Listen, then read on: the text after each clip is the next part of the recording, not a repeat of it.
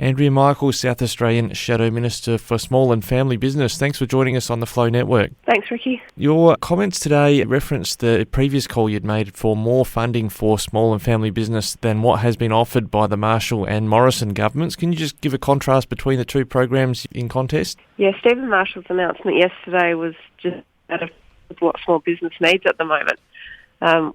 We're calling for $200 million to be put towards a small business support package. And what's really important for small business is to have certainty about what the rules are going to be.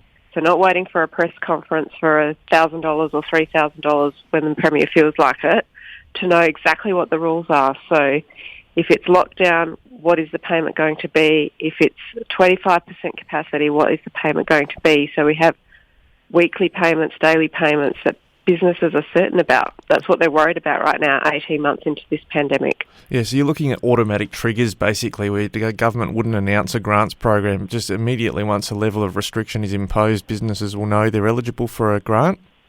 That's exactly right. Then they can plan. They can know what their staffing levels might be if they're able to open with restrictions or not.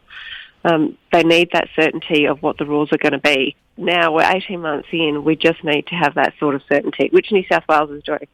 Yeah, and the state and federal package was $40 million. Is it fair to say what Labor's proposing is 5 times as much? Absolutely, and it's what's needed. And there's a $200 million jobs fund that was announced in the last budget that could be allocated towards this. Certainly we could ask for funding from the federal government, as has happened. There is no reason we shouldn't be putting more into supporting small businesses that are basically on their knees right now. And part of the challenge that small businesses faced and family businesses face is the new compliance when it comes to restrictions and QR codes and that sort of thing. Has there been enough assistance from the state government for that sort of compliance? No, the QR coding, now we've got mask rules in place.